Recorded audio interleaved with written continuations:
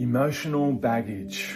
So I want you to imagine you've just landed on a planet where emotions don't exist. You don't experience joy, you don't experience happiness or love, you don't experience sadness, pain or suffering. It'd be a very dismal and mechanical experience.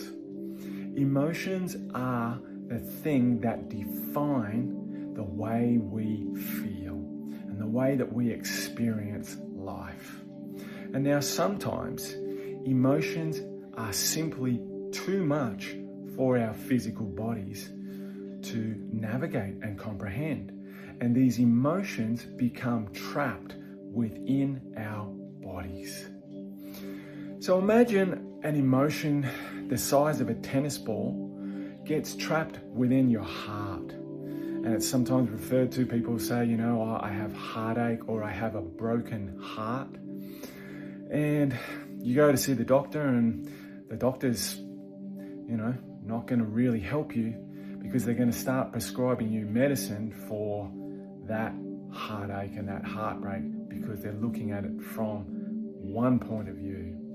And this is where holistic health is so beautiful and so balanced because it looks at each and every angle, mental, emotional, physical, and spiritual. And one of the first things I'll always ask a client is, so what's affecting you today? How is it making you feel? And that is the crucial thing. So when these emotions are trapped within our body and we release those emotions out of our body, all those physical symptoms, all that physical pain gets released and it is no more. And would you believe that 90% of all people's suffering, diseases, and physical pain are simply trapped emotions? This is why it is so important to be proactive and not reactive.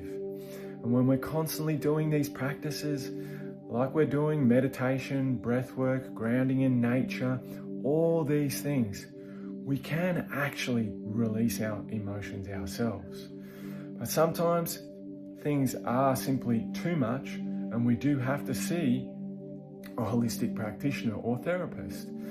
And things like past life regression, the emotion code, acupuncture, hypnosis. There are so many amazing and different modalities out there, but they're basically all doing the same thing. They are releasing trapped emotions. And one thing that's very important also to know is that when we come into this life, we sometimes can have trapped emotions from our past lives or from our genetics.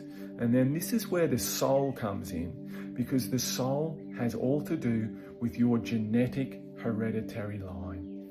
So all the things in your DNA that you have received from your mother and father, and their mother and father, and so on down the genetic line, you receive that in your cells.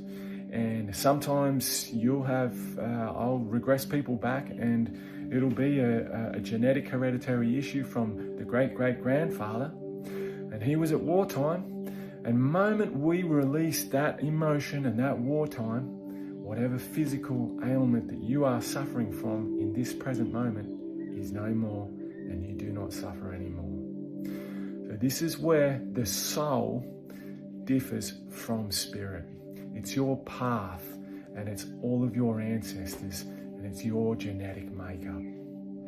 So be well always, guys, and have a great day.